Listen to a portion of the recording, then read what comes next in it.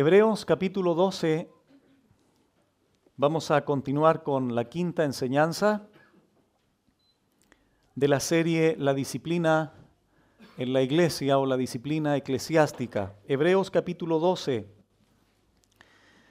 Y vamos en esta noche a examinar los pasajes del 5 al 11. Del 5 al 11. Dice así la palabra del Señor. Y habéis ya olvidado la exhortación que como a hijos se os dirige, diciendo: Hijo mío, no menosprecies la disciplina del Señor, ni desmayes cuando eres reprendido por Él. Porque el Señor al que ama disciplina y azota a todo el que recibe por hijo.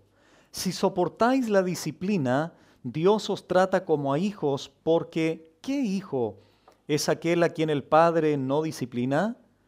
Pero si se os deja sin disciplina, de la cual todos han sido participantes, entonces sois bastardos y no hijos.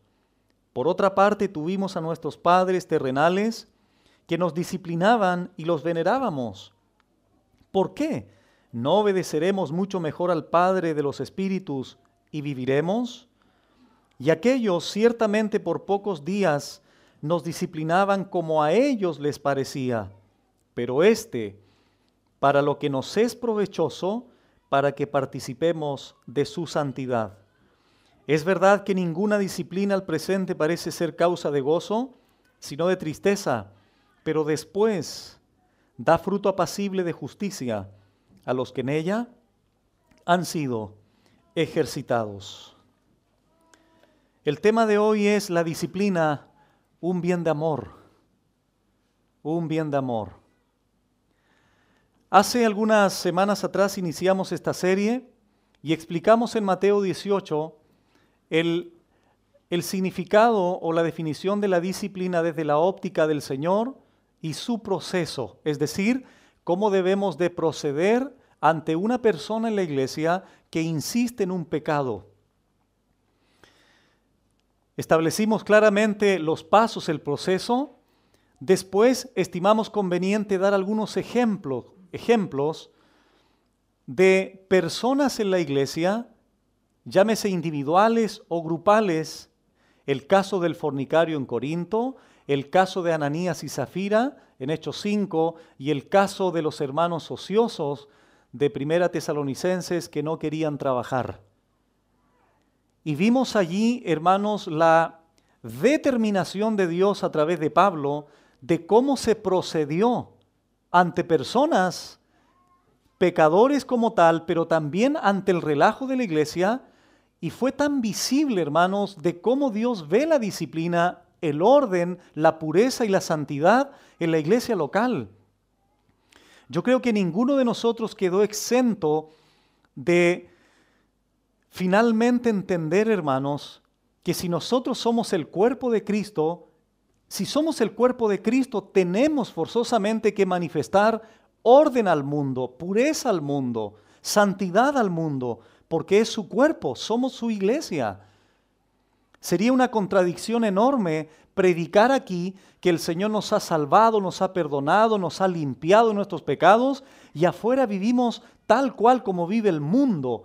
Sería un mensaje demasiado incongruente. La gente tiene que observar que lo que decimos de nuestra boca se confirma, se respalda como iglesia a través de una vida justa, de una vida recta, de una vida santa. Y cuando la gente de afuera observa que hay un miembro pecador aquí en la iglesia local y la iglesia no hace nada, es un pésimo testimonio, es un pésimo precedente que se sienta afuera. Pero cuando la gente de alguna manera se da cuenta que cuando hay un pecador en la iglesia no se relajó, no se hizo la indiferente, sino que procedió a tratar al pecador, es un buen precedente que se sienta afuera. Y de alguna forma se establece un temor, que Dios es un Dios que no puede ser burlado y es un Dios mediante el cual no se puede jugar, porque Él es santo. Entonces, si bien es cierto, hablamos de esos ejemplos, hoy día vamos a tratar ejemplos donde Dios trata de manera particular con los creyentes, no necesariamente por pecados, sino simplemente como un entrenamiento de nuestro carácter para ser cada día más semejantes a la imagen de su Hijo Jesucristo.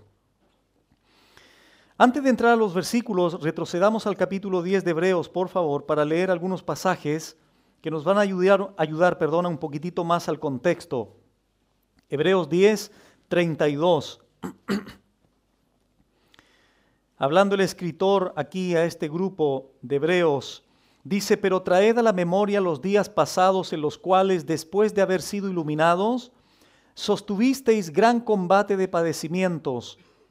Por una parte, ciertamente, con vituperios y tribulaciones, fuisteis hechos espectáculo. Es decir, estos hebreos estaban sufriendo. ¿Por causa de qué? De su fe. Y por otra, llegasteis a ser compañeros de los que estaban en una situación semejante, porque de los presos también os compadecisteis, y el despojo, escuchen, y el despojo de vuestros bienes sufristeis con gozo. Humanamente hablando, hermanos, ¿quién se alegra cuando eres despojado de tus bienes? Pero como hay un bien mayor, una fe suprema, estos hermanos, al ser despojados de sus bienes, ¿lo hicieron cómo? Con gozo. ¿Por qué? Porque la causa era su fe. ¿Se acuerdan de los apóstoles cuando fueron azotados? ¿Cómo salieron? Llenos de gozo.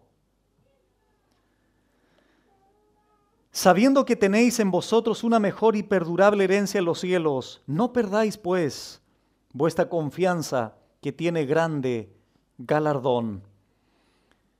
Estos hebreos entonces estaban pasando momentos muy difíciles. Estaban siendo perseguidos por causa de su fe. Algunos habían perdido todas sus pertenencias.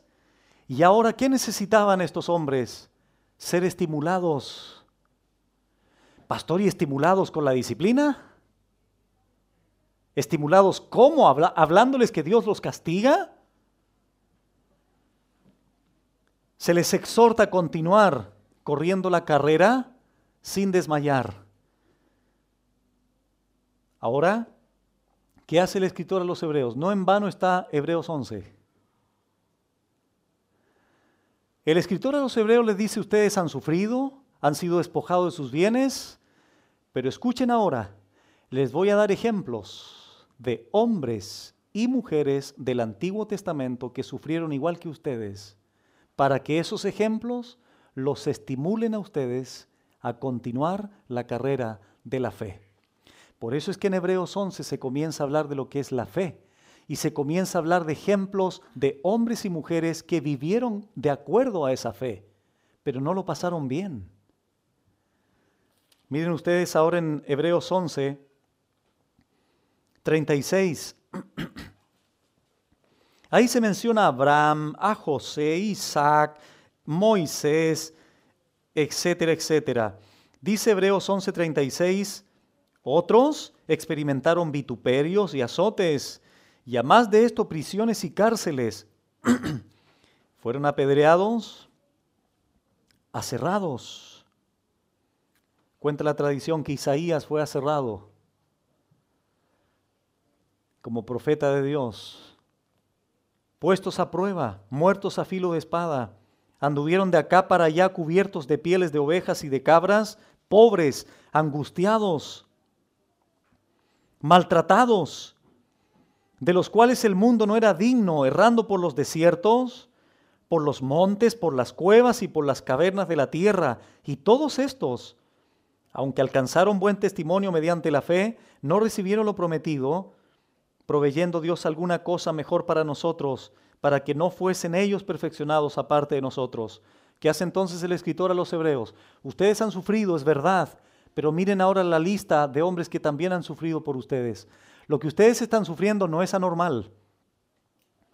Lo que ustedes están pasando, que sean despojados de sus bienes, perseguidos, atribulados, es normal en el Evangelio. Entonces lo que hago ahora es estimularlos para que ustedes se afirmen, para que se consoliden, para que su fe no decaiga, para que no desmayen. Imagínate, ante toda esta vitrina de hombres de fe, creo que eso sería una motivación, un impulso para estos hombres, porque antes que ellos fueran perseguidos, otros hombres lo fueron antes. Fueron aserrados, perseguidos, huían ante la persecución en montes, cavernas, cuevas. Entonces aquí el escritor a los hebreos les presentó la evidencia de que no solo ellos, insisto en esta idea, estaban sufriendo por su fe, sino también los antiguos de tiempos anteriores. Ahora el capítulo 12 de Hebreos, verso 3. Ahora, ¿qué hace el escritor a los hebreos? Le presentó primero la vitrina de hombres de fe. Pero ¿quién es el ejemplo por excelencia siempre? Jesucristo. Por eso en el 3, ahora el escritor les dice, considerar aquel que sufrió tal contradicción de pecadores contra sí mismo, para que vuestro ánimo no se canse hasta desmayar, porque aún no habéis resistido hasta la sangre, combatiendo contra el pecado. Entonces el escritor, hago un resumen de toda la idea. Hay creyentes allí que estaban sufriendo despojo de sus bienes, vituperios, persecución, etcétera, etcétera. Pero ahora, ¿qué hace el escritor? Trae a su memoria hombres que sufrieron primero que ellos también persecución por su fe. ¿Para qué? Para estimularlos, para hacerles saber de que era normal su sufrimiento dentro de la esfera de la fe. Pero ¿qué hace ahora? Como broche de oro, ahora consideren a aquel que sufrió tal contradicción de pecadores, a nuestro Señor Jesucristo. ¿Quién de ustedes ha sufrido hasta la sangre? Ninguno todavía. La audiencia a los cuales dirige esta carta el escritor, nadie moría todavía. Por eso les dice, alguno de ustedes no ha resistido hasta la sangre aún. Pero ¿qué pasó con algunos de los ejemplos que les dio? Sí habían derramado sangre. Pero ¿quién es el ejemplo en la cruz? Por excelencia, nuestro Señor. Eso los debía estimular a seguir adelante. Por eso en el verso 1 del capítulo 12 dice, por tanto nosotros también, teniendo en derredor nuestro tan grande nube de testigos, ¿cuáles son esos testigos? Todos los mencionados en el capítulo 11. Despojémonos de todo peso y del pecado que nos asedia y corramos la carrera, con paciencia la carrera. Aquí está la metáfora de la maratón cristiana que tenemos por delante. Puestos los ojos en Jesús. Es decir, si bien es cierto, yo les he mencionado algunos ejemplos del Antiguo Testamento, hombres de fe, pero ustedes sus ojos no tienen que ser puestos en Abraham, no tienen que ser puestos en Isaías. Son ejemplos, sí, positivos de fe, genuina. Pero ¿dónde tienen que poner sus ojos? En Jesús, el autor y consumador de la fe, el cual por el gozo puesto delante de él sufrió la cruz, menospreciando el oprobio, y se sentó a la diestra del trono de Dios. El punto es el siguiente, hermanos, antes de entrar al versículo 5. El Señor sufrió no por sus pecados. El Señor derramó sangre no por sus pecados, sino por los del ser humano, sino por los de nosotros. Si Cristo no sufrió por sus propios pecados, pero Dios lo hace pecado, y Él tuvo que sufrir, ¿cuánto más nosotros que sí tenemos pecado? Y que nuestro carácter y que nuestra vida tiene que ser cada día más purificada. ¿Qué va a utilizar Dios para purificarnos más y ser como aquel ejemplo por excelencia de Cristo el Señor? Disciplinarnos. Y ahí está la secuencia lógica de la idea del escritor. Porque ninguno de nosotros ha alcanzado un nivel ya de ser intocables. exento de exhortación, exento de consejo, exento de reprensión, exento de ayuda. Ninguno de nosotros. Todos estamos en un proceso progresivo de santidad, de pureza. Posicionalmente somos santos, justos absolutamente delante de Dios, pero en nuestra vida cotidiana tenemos que esa vida cotidiana expresarla en congruencia con nuestra posición.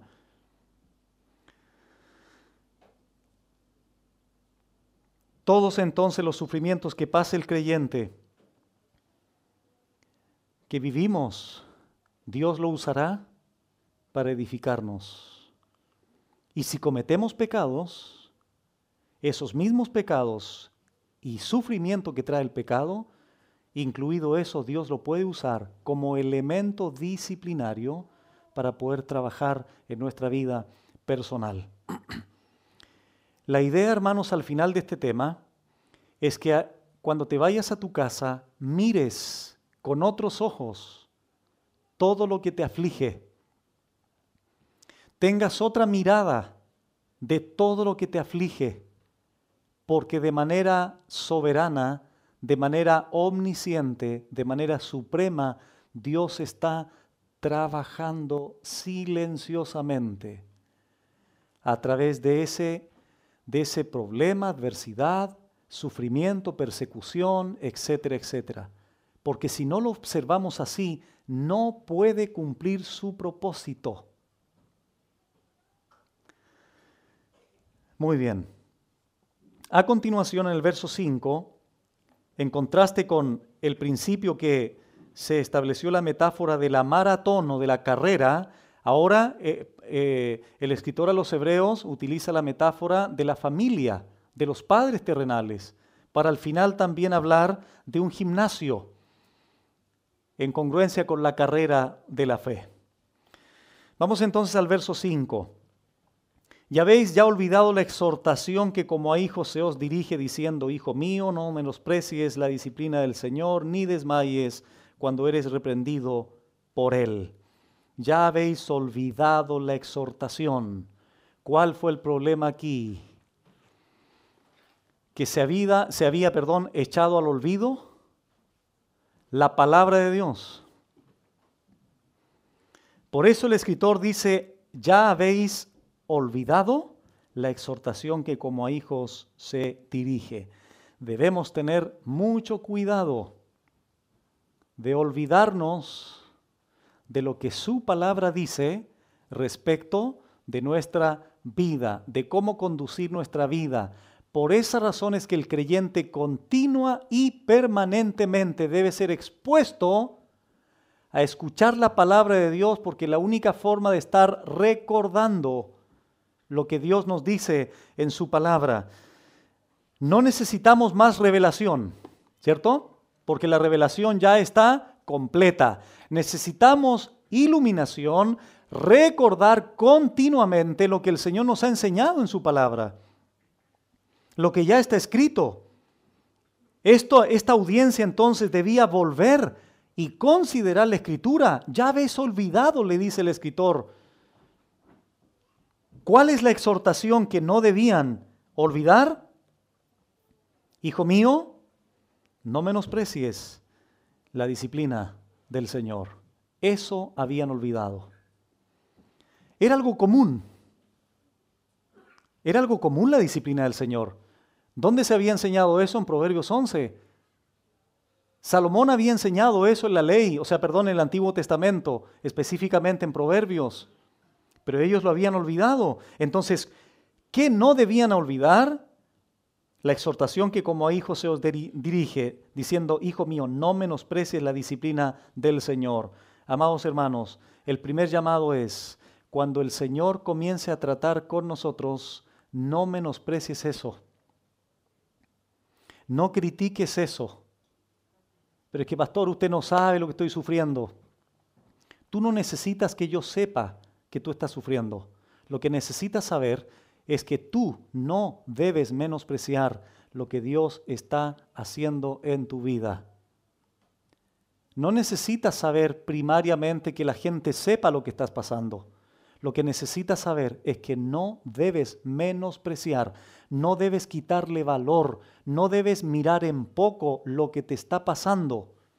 Enfermedad, adversidad, persecución, el trabajo, la economía, dime lo que tú quieras. Cualquier cosa puede transformarse en el elemento a través del cual Dios está obrando en tu vida.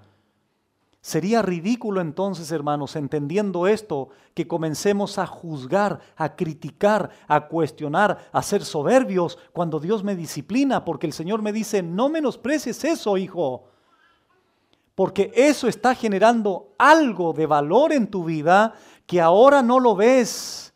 Ahora te produce dolor, ahora te produce tristeza, te hace reflexionar, como lo vamos a ver al final. Pero después produce fruto apacible, que si no fueras disciplinado, nunca verías ese fruto apacible en ti. No menosprecies la disciplina del Señor. No tomes a la ligera lo que vives. Uno de los cuestionamientos siempre es el tiempo que sufrimos. Pero es que, pastor, está bien, ya, ok, entiendo. El Señor me dice que no menosprecie, pero ¿el Señor no sabe que ya llevo 3 años sufriendo? Es que tus años no son los años del Señor. Tu tiempo no es el tiempo del Señor. Son parámetros distintos. Dios vive la eternidad. Nosotros vivimos en la cronología humana. El tiempo que tú crees que estás listo no es el tiempo que Dios sabe que tú en ese minuto no estás listo. Entonces no menospreciemos, hermanos, no tomemos a la ligera la disciplina del Señor. No tengas en poco valor. Ahora, ¿por qué manda esto el escritor? Escuchen muy bien, hermanos, lo siguiente, porque aquí hay una línea lógica. Cuando el creyente menosprecia la disciplina del Señor, cuando la menosprecia, inevitablemente acá va a desmayar. ¿Me explico? Cuando el creyente no menosprecia la disciplina y la toma, la recibe adecuadamente, no va a desmayar. Pero si la menosprecia, va a tener la tendencia inevitable y natural de desanimarse. Mira, te lo coloco de esta manera muy, muy práctica. Estoy aquí yo en la etapa de mi vida, Señor, estoy sufriendo. Qué lata, Señor. ¿Por qué? ¿Por qué? ¿Por qué? Yo pensaba que tú me amabas, yo pensaba que esto y lo otro. ¿Qué hace eso por acá? Me desanima. Inevitablemente esa actitud me va a llevar al desánimo. Pero ¿qué pasa cuando yo no menosprecio la disciplina del Señor y tengo esta actitud? Señor, no sé por qué me pasa esto, no lo logro entender porque soy finito. La adversidad que vivo, mi mamá, mi abuelito, mi esposo, mi familia, mis hijos, la economía, no lo entiendo ahora, Señor, pero yo confío en ti, yo creo en ti. Yo sé que esto tiene un propósito, yo sé que esto va a tener un final. Ayúdame, Señor, a depender de ti. Eso me hace estar firme.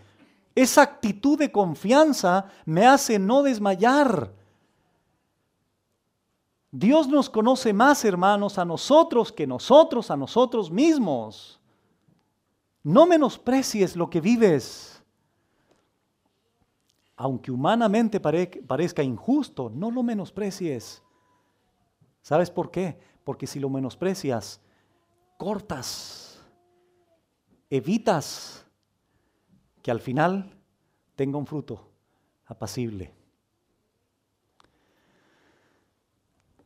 Vamos a ver qué pasaje es el que cita aquí el escritor a los Hebreos en Proverbios 3.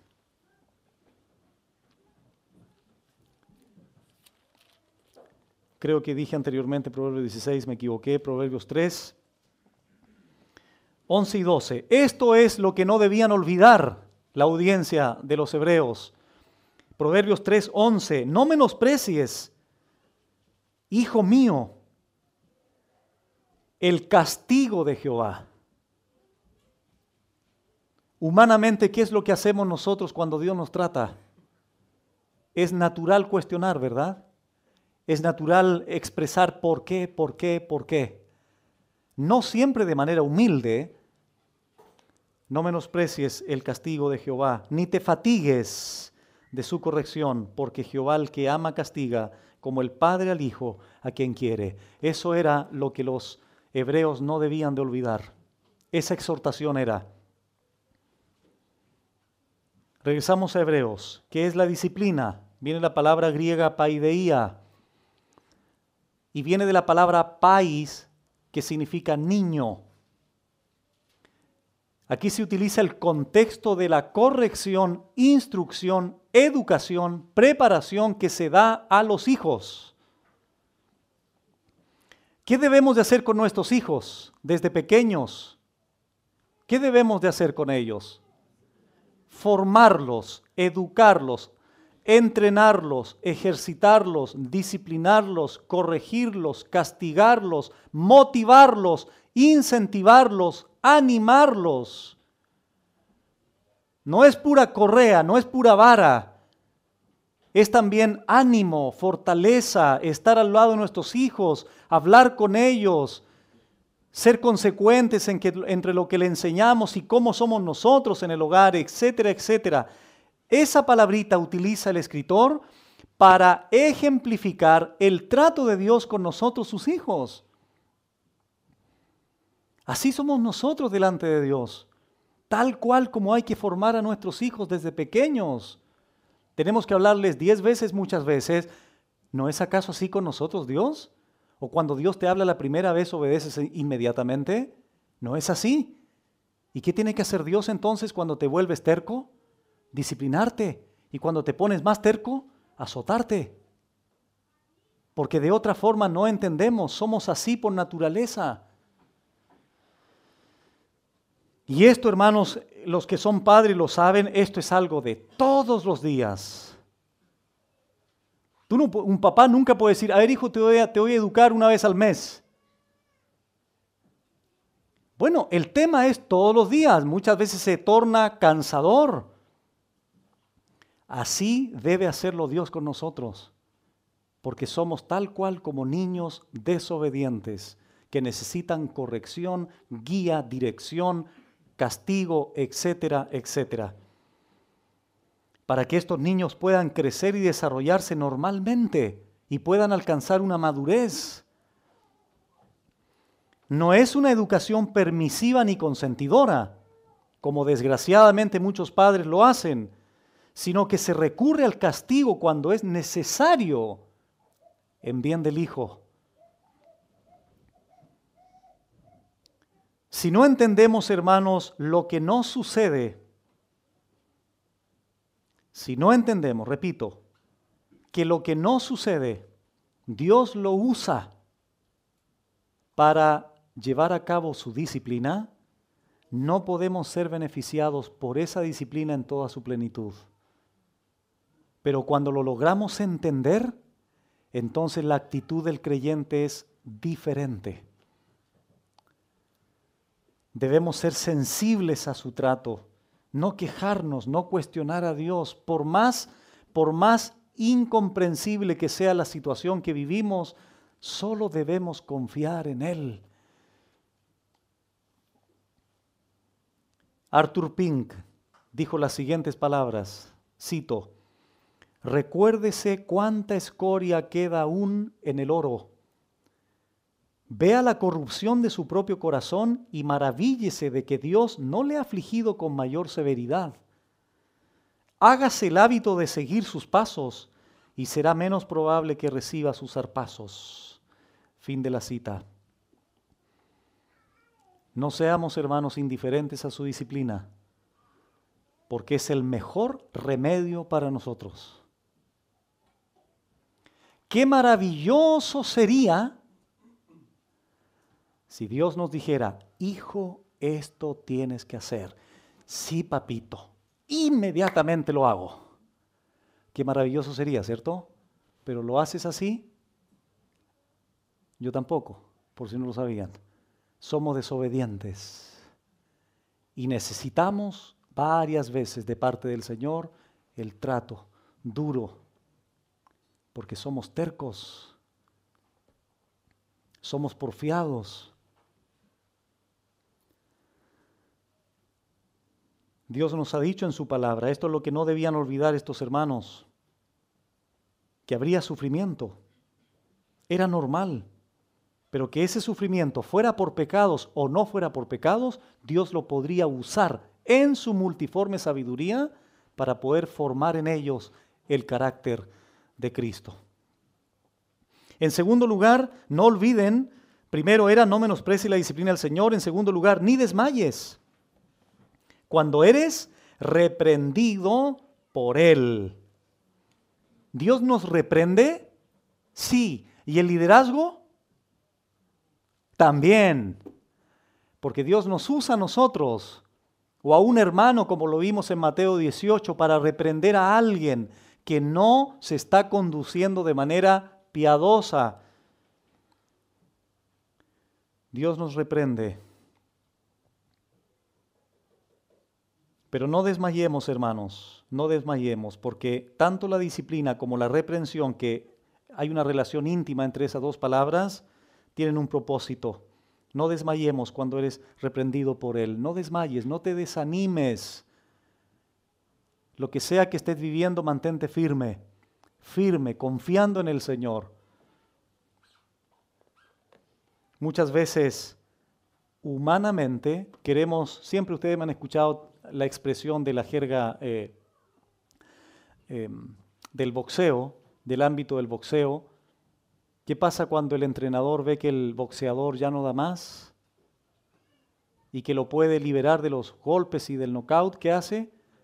Tira la toalla, ¿cierto? ¿Qué implica el tirar la toalla? Ya no da más, se rindió.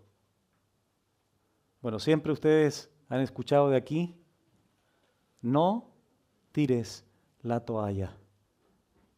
No la tires. Mantente firme. Sé que hay desánimo. Sé que hay incomprensión, sé que hay un desmayo, porque somos seres humanos, somos creyentes, sí, pero seguimos siendo personas débiles. No menosprecies la disciplina del Señor y no desmayarás. Miren qué palabras, hermano, del Salmo 42. Yo creo que todos ustedes al ver el Salmo 42, verso 11, van a recordar esos momentos donde hemos pasado aflicciones por las situaciones que vivimos y que sabemos que son un trato de Dios. Miren qué preciosa expresión aquí del salmista, Salmo 42, 11. ¿Por qué te abates, oh alma mía? ¿Y por qué te turbas dentro de mí? Esa pregunta es normal, ¿no es así? Desde la óptica humana es normal. Abatirnos, turbarnos es normal. Cristo le dijo a sus discípulos, Juan 14, no se turbe vuestro corazón. ¿Creéis en Dios? Creed también en mí. En la casa de mi Padre muchas moradas hay, etcétera, etcétera. Pero aquí esta persona se pregunta y dice, ¿por qué te abates, oh alma mía, y por qué te turbas dentro de mí? Aunque no hay respuesta, aunque no hay todavía alguna solución, ¿cuál debe ser la actitud de reacción del creyente? Segunda parte del verso 11. Solo espera en Dios, porque aún he de alabarle, salvación mía y Dios mío. Espera en Dios implica, sigue confiando en Él. Pero pastor, sigue confiando en Él. Es que usted no sabe, sigue confiando en Él. Yo no sé, yo no te puedo dar respuestas, yo no sé por qué vives lo que vives, pero lo que sí sé es que si esperas en Él, si confías en Él, si entiendes que Dios tiene un propósito soberano en tu vida, con toda certeza te puedo decir, ya vendrá la mano de gracia que te va a sacar de donde estás y Dios va a hacer su obra que finalmente traerá una bendición enorme, un gozo enorme, una paz enorme, un fruto apacible de justicia a tu vida interior, siempre y cuando no menosprecies lo que estás viviendo. Porque si lo ves en poco, si lo cuestionas, entonces no esperes recibir de Dios la bendición. Te mantendrás firme y sin fluctuar. Miren ustedes ahora en Apocalipsis 3, cuando se entrega el mensaje aquí a la iglesia en la Odisea.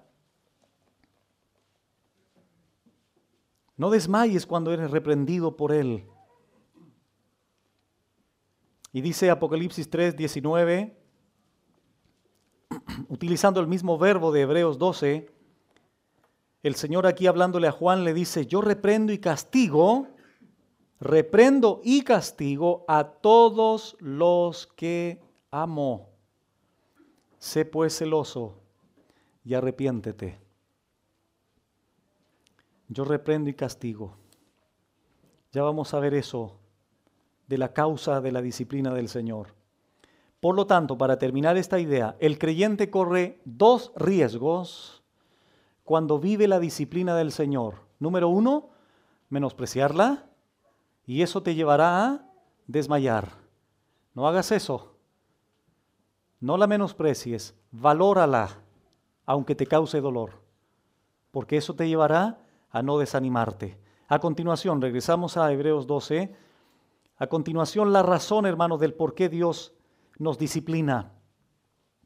Verso 6, porque el Señor al que ama disciplina y azota a todo el que recibe por hijo.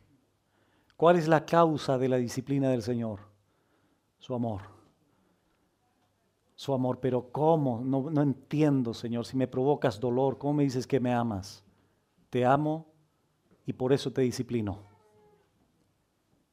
Porque te amo, por eso te provoco un dolor. Eso es incomprensible a la mente humana. Yo reprendo y castigo a la iglesia de la Odisea a todos los que amo.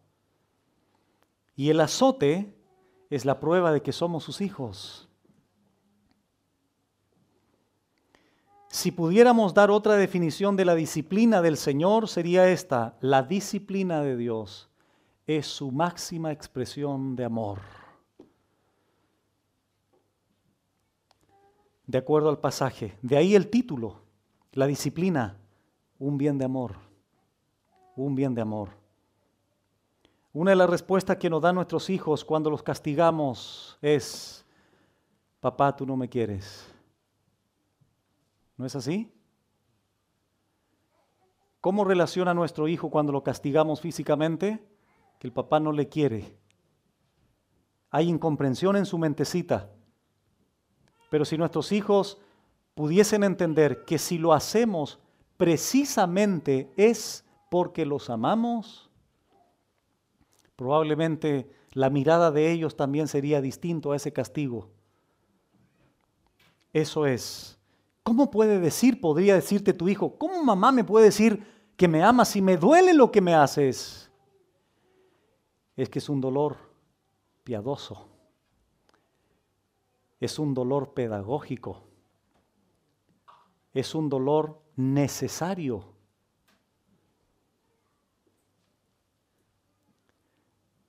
Y lo hacemos precisamente por amor y por el fruto futuro. Y por el fruto futuro que dará ese castigo.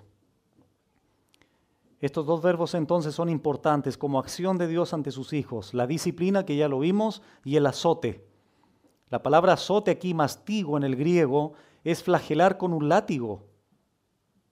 Esto se refiere a una antigua práctica judía. No vas a llegar a tu casa ahora a flagelar a tu hijo, no estamos diciendo eso. Lo que implica aquí el hecho de que Dios provoca dolor, hermanos. El punto es ese, dolor.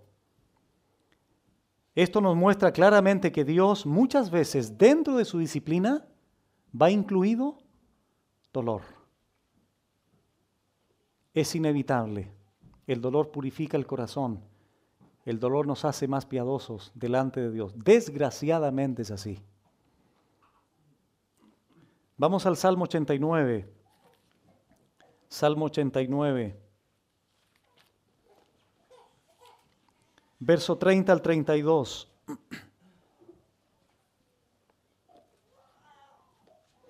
Salmo 89, 30 al 32. Dice así: si dejaren sus hijos mi ley y no anduvieren en mis juicios, Si profanaren mis estatutos y no guardaren mis mandamientos, entonces castigaré con vara su rebelión y con azotes sus iniquidades.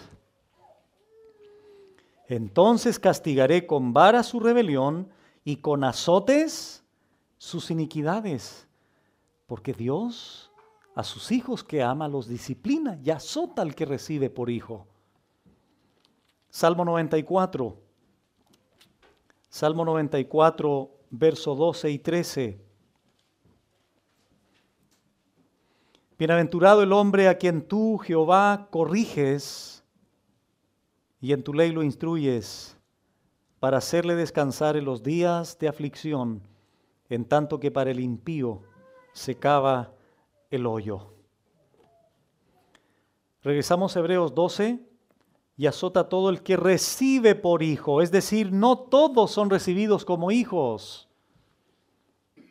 Pero nosotros, y a estas personas que se le estaba motivando a seguir adelante en su fe, eran hijos. Aunque dentro de estos hijos, en la carta a los Hebreos, habían también personas que solamente intelectualmente creían en Dios, pero no había un cambio de vida como tal, no había una conversión genuina.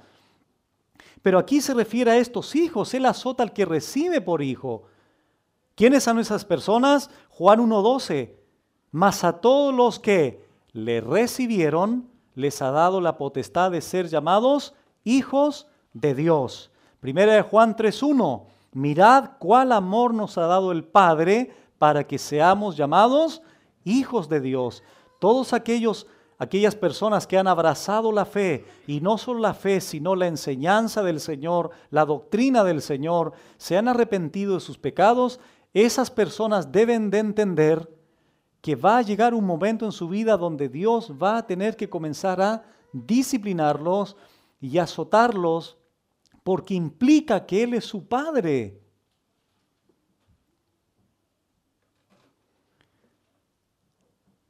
Muchas veces, cuando vivimos este proceso, hermanos, yo creo que es normal también en cada uno de nosotros creer o pensar que Dios no está ahí. Parece que Dios es indiferente a lo que vivo. Parece que Dios se fue lejos. Parece que Dios está de vacaciones. Lo que menos le importa es lo que yo estoy viviendo. Muchas veces no sentimos el famoso sentir. No sentimos que Dios está con nosotros. Creemos que Él, repito, está lejos. Escuchen estas palabras que leí que me llamaron mucho la atención con respecto a esto de que muchas veces cuando pasamos este proceso creemos que Dios está lejos. Cito: el rostro de Jesús debe estar muy cerca del nuestro cuando las espinas de su corona de sufrimiento se clavan en nuestra frente y nos hieren.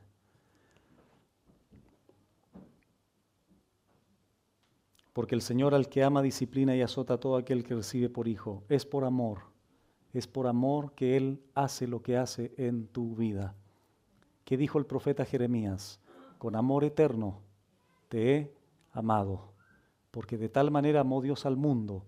Aunque ahí está en el aspecto salvífico, el amor de Dios es inalterable, no fluctúa el amor de Dios. Y como ese amor de Dios está vigente absoluta y plenamente cada día, en razón de ese amor es que Dios nos debe y va en su naturaleza santa y justa disciplinarnos, porque nos ama, insisto, nos ama. El amor de nosotros a Dios fluctúa. Pero el amor de Dios hacia nosotros es inalterable. Creo que una vez lo dije, cuando mi hijo era más pequeño, yo le decía a él: hijo, ¿cuánto me ama? Y se aprendió el número 1. 1 me decía. Y ya con el tiempo, cuando se aprendía más, 2. Ya íbamos en el 5.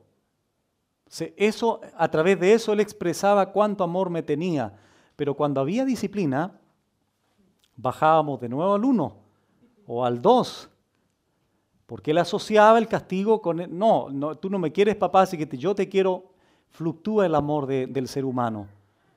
El amor de Dios no es así. El amor de Dios siempre es absolutamente pleno para sus hijos. Y en función de aquello, Dios nos disciplina, porque nos ama y porque somos sus hijos, nos azota. Bendito azote, hermanos. Lo he dicho en otras ocasiones. Si el Señor no hiciera lo que debe de hacer con nosotros, ¿dónde tendría que ir a buscarte el Señor perdido por ahí? Versos 7 y 8. Si soportáis la disciplina, Dios os trata como a hijos, porque ¿qué hijo es aquel a quien el Padre no disciplina? Pero si se os deja sin disciplina, de la cual todos han sido participantes, entonces sois bastardos y no hijos. Si soportáis la disciplina, Dios os trata como a hijos. El texto griego dice, para disciplina soportáis, o, dicho de otra manera, es para vuestra corrección que sufrís. Dios estaba entrenando a estos hermanos que sufrían por su fe, estaban soportando. Un padre que verdaderamente ama a sus hijos los ayudará aplicándole la disciplina correspondiente. Pero si se os deja sin disciplina, dice aquí el escritor, de la cual todos han sido participantes, es decir, la disciplina del Señor es común para todos, porque todos han sido participantes de esa disciplina. No es algo, repito, anormal, debe ser algo frecuente en la vida del creyente.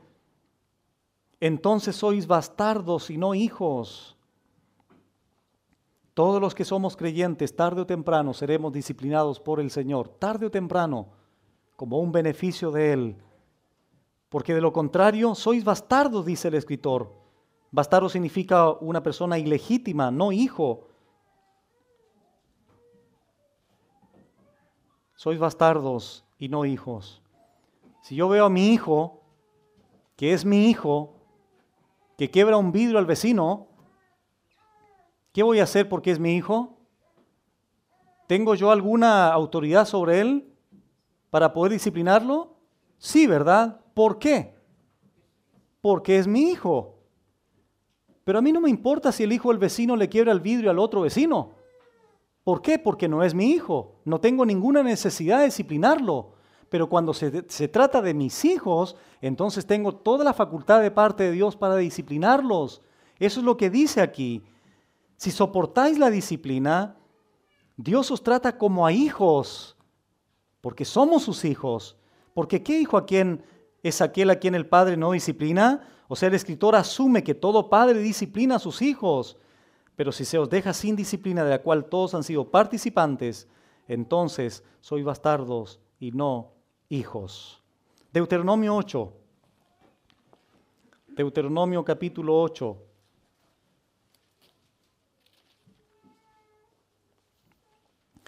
Versos 5 y 6.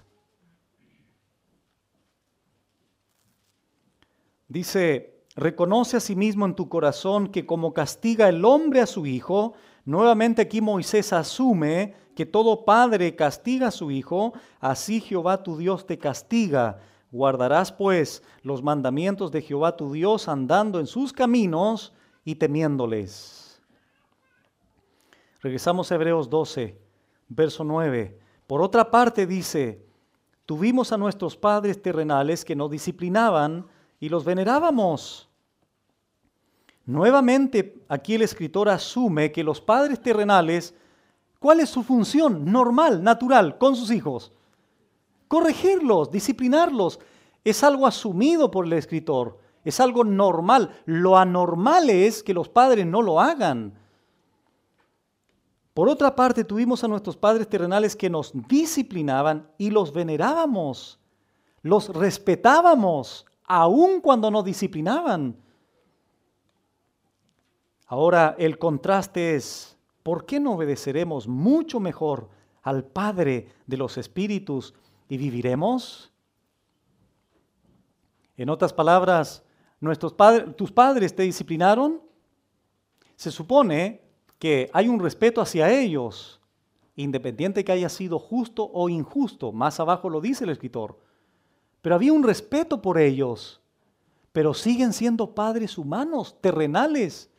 ¿Cuánto más, dice el escritor, obedeceremos al Padre de los espíritus y viviremos? Si yo te pregunto a ti, ¿cuál es tu padre más importante? ¿Lo de aquí de la tierra o nuestro Padre Celestial? Nuestro Padre Celestial, ¿cierto? Y si a estos de acá, menos importantes, en función del más importante que es Dios, a ellos los respetabas y los venerabas, ¿cuánto más tendrías que hacerlo con tu Padre Celestial cuando te discipline? Ese es el punto. ¿Cuánto más? ¿Cuánto mejor?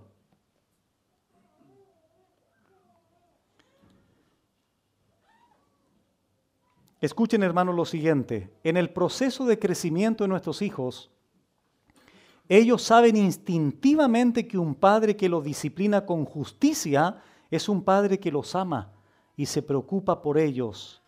Y esto los lleva a respetarlos. Por el contrario, cuando los hijos se dan cuenta que los padres los dejan hacer lo que quieren, ellos se dan cuenta instintivamente que estos padres no se preocupan por ellos. Siempre me llamó la atención, hermanos, con mi hija. Una vez fui de viaje con ella. Acostumbro a hacerlo cada cierto tiempo solito con ella, donde aprovecho el tiempo de conversar cosas íntimas, personales, etc. Y una de mis preguntas fue, hija, mira, dime por favor, ¿cuáles son mis errores como papá? Y dime por favor mis virtudes. Y una de las cosas que me dijo que me llamó la atención como virtud, que yo pensé que me lo iba a decir como algo negativo, es precisamente, y papá, lo positivo que tú tienes es que me corriges. Lo primero que me dijo, me llamó la atención, porque tiene que ver con esto que estoy diciendo. Nuestros hijos se dan cuenta cuando nosotros los disciplinamos y hacemos lo que debemos de hacer, finalmente se dan cuenta y eso ellos lo valoran. Al revés, cuando se deja a los hijos hacer lo que quieren, entonces ahí puede haber un problema serio y ellos también lo reciben eso. Se dan cuenta de eso. ¿Por qué no obedeceremos mucho mejor, dice la pregunta allí, al Padre de los Espíritus? Cuando éramos niños, me acuerdo de las conversaciones, o cuando hacía clases en el colegio, habían ahí de repente conversaciones de niñitos de 6, 7 años. Mi papá es más grande que el tuyo. Mi papá tiene un camión. Bueno, el otro no le alcanzaba mucho, mi papá tiene una carretilla nomás. Entonces, ¿qué hacía que el papá tuviera un camión? Los hijos se sentían importantes. ¿Por qué? Porque se sentían orgullosos de sus padres. Mi papá mide 1,90 m, mi papá es chiquitito. Y eso hacía que los hijos se sintieran orgullosos de sus padres. A esos padres se les veneraba. ¿No es así? Mi pregunta es la siguiente. ¿Qué privilegio consideras tú el hecho de ser hijo del Padre de los Espíritus, del Padre del universo, del Creador del mundo? ¿Qué privilegio es ese? A ver. Bueno, ese mismo privilegio es el que te debe de llevar a obedecer mucho más a Él en contraste a lo que obedeciste y respetaste a los padres terrenales cuando te disciplinaban. Verso 10. Y aquellos, se refiere a los padres terrenales, ciertamente por pocos días nos disciplinaban como a ellos les parecía. Pero este, es decir, nuestro Padre Celestial, para lo que nos es provechoso, para que participemos de su santidad. Y aquellos padres terrenales, ciertamente por pocos días nos disciplinaban como a ellos les parecía. Por pocos días, ¿por qué? Porque la disciplina, el castigo, la corrección a nuestros hijos es por los primeros años de vida. ¿No es así? Cuando ya son adultos toman sus decisiones, etcétera, etcétera. Pero por pocos días, el trato de nosotros hacia nuestros hijos es por pocos días, por pocos años. Ciertamente por pocos días nos disciplinaban como a ellos les parecía.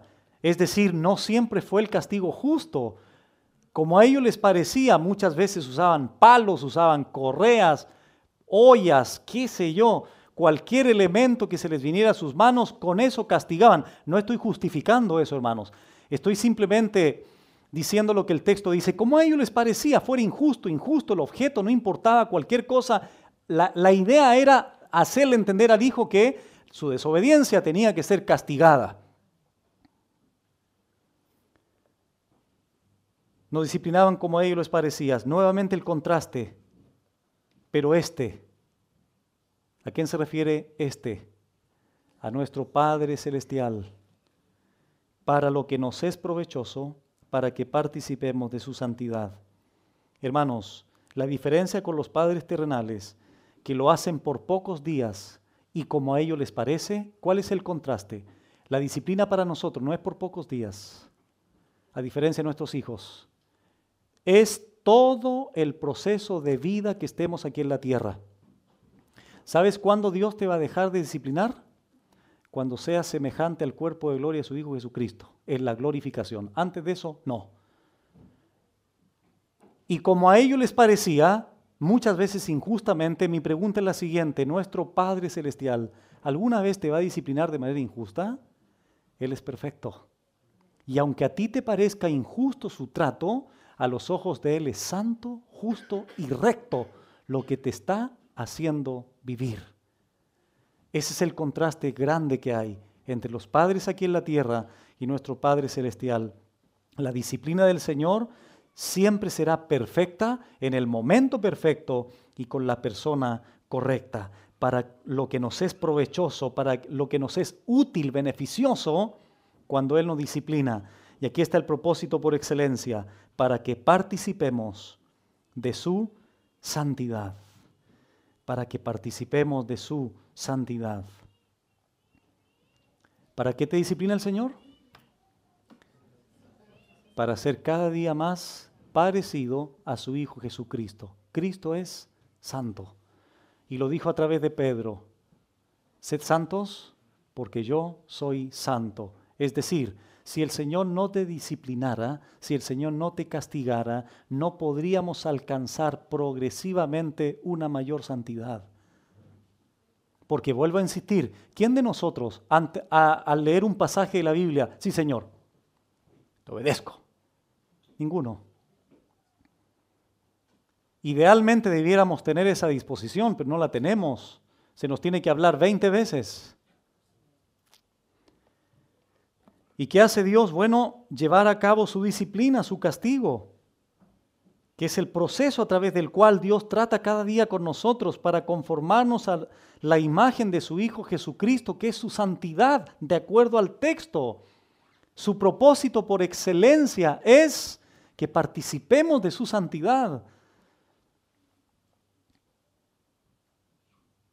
Solo hay una clase de santidad y esa es la de Dios. Dios es la fuente de esta santidad y Él es la única medida a seguir en todo nuestro proceso de santificación progresiva. Y por último, verso 11, es verdad. Aquí asume como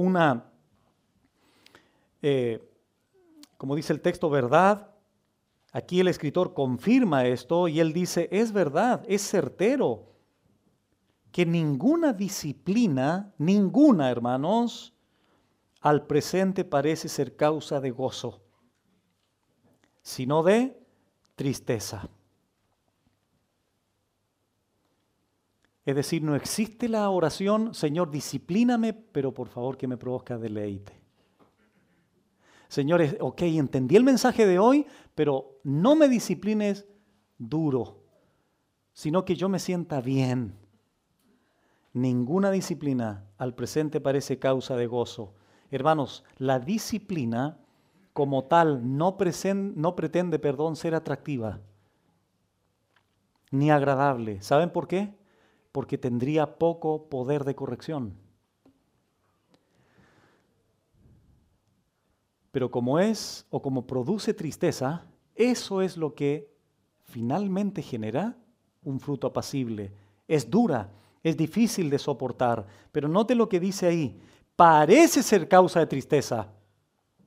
Ninguna disciplina del presente parece ser causa de tristeza. ¿Por qué es interesante la palabrita parece ser causa de tristeza? Porque no lo es. A los ojos de Dios no es causa de tristeza.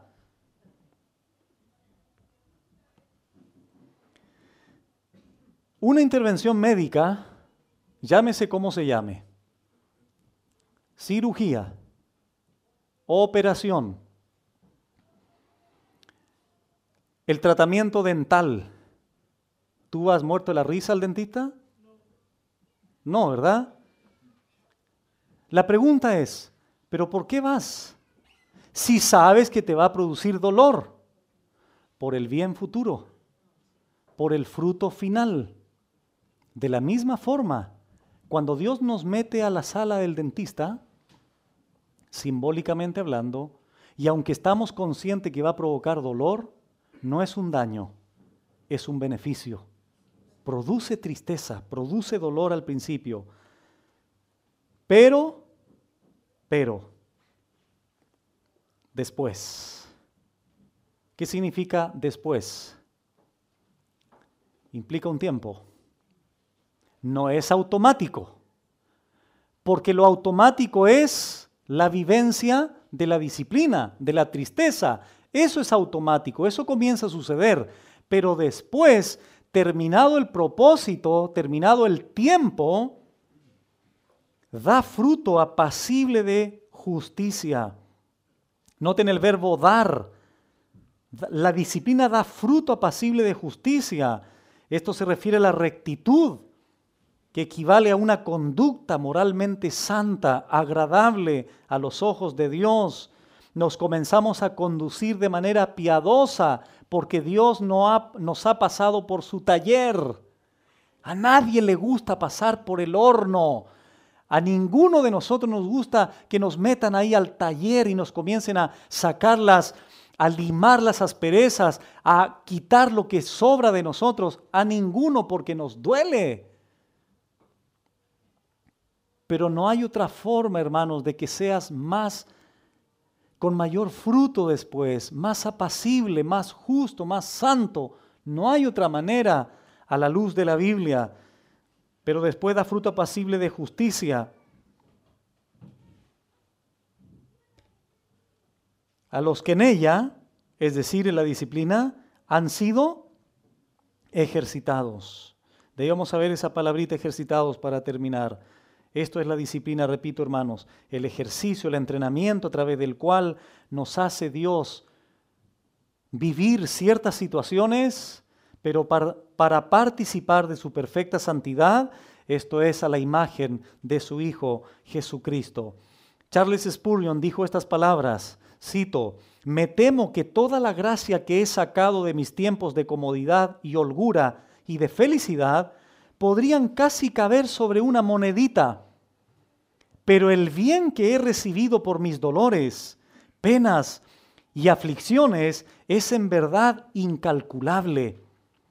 ¿Cuánto no debo al martillo y al yunque, al fuego y a la lima? La aflicción es la mejor pieza de mobiliario en mi casa». Fin de la cita. Alguien dijo una vez, la peor ira de Dios sería que dejara de enfadarse con nosotros cuando pecamos. Esa sería la peor ira de Dios. Quería decir que el supremo castigo sería que Dios nos dejara por imposibles. El cristiano sabe que la mano del Padre nunca causará a su Hijo una lágrima innecesaria y que todo vale para hacerle a uno más sabio y mejor persona. Dejaremos de compadecernos de nosotros mismos si recordamos que no hay disciplina de Dios que no venga del manantial de su amor y que no sea para nuestro bien. Finalmente, los que en ella han sido ejercitados. A los que se refiere a los hijos que son disciplinados y azotados por Dios. A ellos que han sido ejercitados. Y aquí hay algo curioso, que es la palabra ejercitados, gimnazo en el griego, de donde tenemos la palabra gimnasio. ¿Qué es un gimnasio? Un lugar de preparación física donde se practican ejercicios, acondicionamiento físico. Es una palabra en virtud de lo que dijo en Hebreos 12:1. Corras la carrera. Un lugar de entrenamiento y acondicionamiento, una palabra del mundo del deporte. Y algo interesante, hermanos, que mientras preparaba este mensaje me acordé de lo siguiente. Cuando era deportista, o aquí los que hacen deporte, cuando tú entras a un gimnasio, el preparador físico a nosotros nos decía, mira, esta máquina va a trabajar tal parte de tu cuerpo. Entonces, esa máquina que está ahí va a trabajar tus bíceps, por decir algún músculo. Esta otra máquina de acá va a trabajar tus, qué sé yo, tus piernas, tus muslos, tus pantorrillas, etcétera, etcétera. Cada máquina, no hay ninguna máquina en sí que prepare cada área de forma total, sino que hay diferentes máquinas que trabajan diferentes partes del cuerpo para que finalmente se pueda complementar el entrenamiento y sea mucho más efectivo el ejercicio. Bueno, cuando Dios nos trata, Él sabe perfectamente qué situación va a trabajar esa área tuya y esta otra situación que Él te hace vivir va a trabajar la otra área que te hace falta para que seas una persona integral y puedas avanzar en la vida cristiana. Todos los equipos campeones en este ámbito del ejercicio, si tú les preguntas a un equipo campeón cuál fue su rutina de entrenamiento, todos te dirán, sufrimos. ¿Sabían ustedes que el entrenamiento produce dolor? Todos los campeones de cualquier disciplina primero sufrieron una enormidad. Se sufre. Eso es lo que Dios dice. Él nos hará sufrir, pero con un propósito de justicia y apacible. Dios sabe perfectamente lo que nos hará bien a todos nosotros. Nos conoce mejor a cada uno de nosotros. Último pasaje antes de orar, 2 Corintios 12.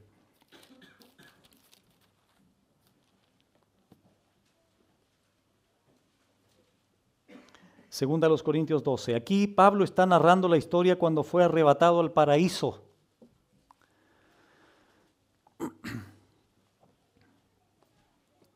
Segunda a los Corintios 12. Y Pablo dice que de tal hombre me gloriaré, pero no de mí mismo, dice él, en nada me gloriaré, sino me gloriaré en mis debilidades. Pero miren ustedes en el verso 7, 2 Corintios 12, 7.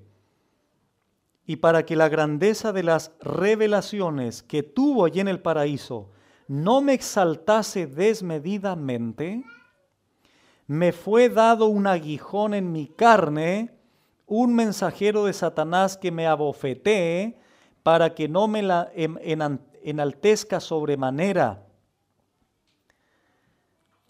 ¿Se acuerdan ustedes cuando le dije en el desarrollo?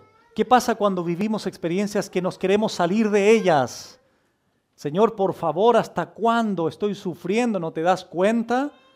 Está bien que me disciplines, Señor, que me castigues, pero es mucho tiempo, ya no entiendo. Pablo pasó por su mente algo similar.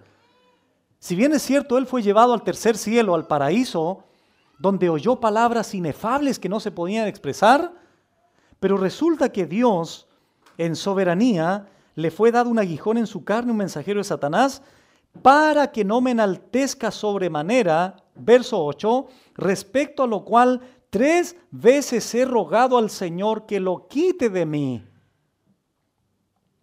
¿Te das cuenta que no eres el único? Pablo también pidió, ya Señor, está bien, no quiero más. 3 veces oró.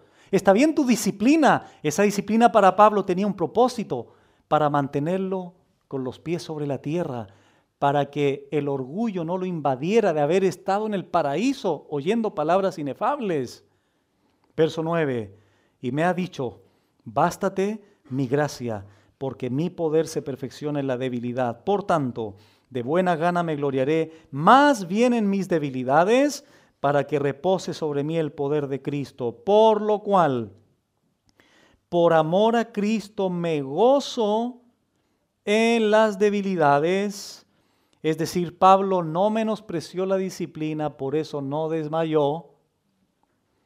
En afrentas, en necesidades, en persecuciones, en angustias, porque cuando soy débil, entonces soy fuerte.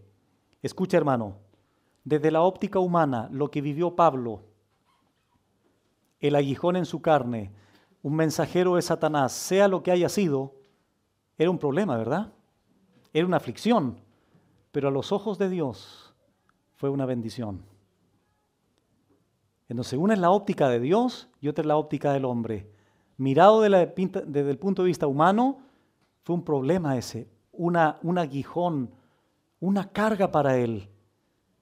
Pero desde la óptica de Dios fue algo positivo y piadoso.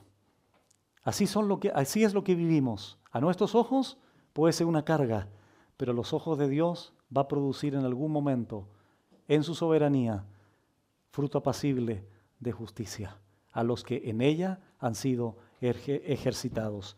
El Salmo 119 dice, bueno me es haber sido humillado para que aprenda tus estatutos. La mejor manera de soportar la disciplina, hermanos del Señor, para que cumpla su propósito, es siendo humildes, dóciles ante su reprensión, ante su disciplina y ante su castigo. Y ahora te das cuenta de que si has vivido por esto, es porque eres su hijo. A tu vecino le va bien en la vida. ¿Y a ti por qué te pasan estas cosas? Porque eres hijo y no bastardo. Y en eso nos tenemos que gloriar. Somos hijos y no en lo que sufrimos, porque lo que sufrimos nos hará cada día participar de su santidad. Padre bueno, en el nombre de Jesús, gracias por tu palabra, Señor, porque cada día, Señor, que pasa y nos exponemos a ella, entendemos que es tan distinto, Señor, mirar las cosas desde tu mirada, desde tus ojos, porque eso cambia totalmente la perspectiva de lo que vivimos o de lo que sufrimos. Padre bueno, ayúdanos a no menospreciar tu disciplina para que no desmayemos ante ella.